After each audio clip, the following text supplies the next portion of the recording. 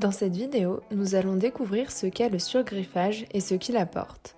Cette intervention permet de changer la variété de cerises présentes sur un arbre sans avoir à l'arracher.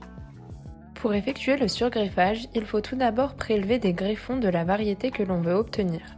Le prélèvement doit se faire en hiver par temps sec pour éviter le risque de maladie, puis les greffons seront conservés au frigo à 0 voire -1 degré.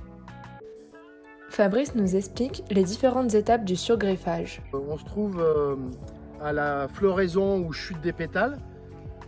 Donc on coupe les branches de l'ancienne variété. Notre greffeur Thierry enfile des greffons, vous voyez, par système de fente, pour que quand la sève monte, elle passe ici dans le greffon, rentre sur les 2 à 3 bourgeons et après fasse ressortir des branches.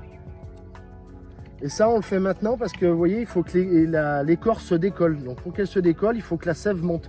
On ne peut pas le faire l'hiver ou à l'automne, ce système de greffage.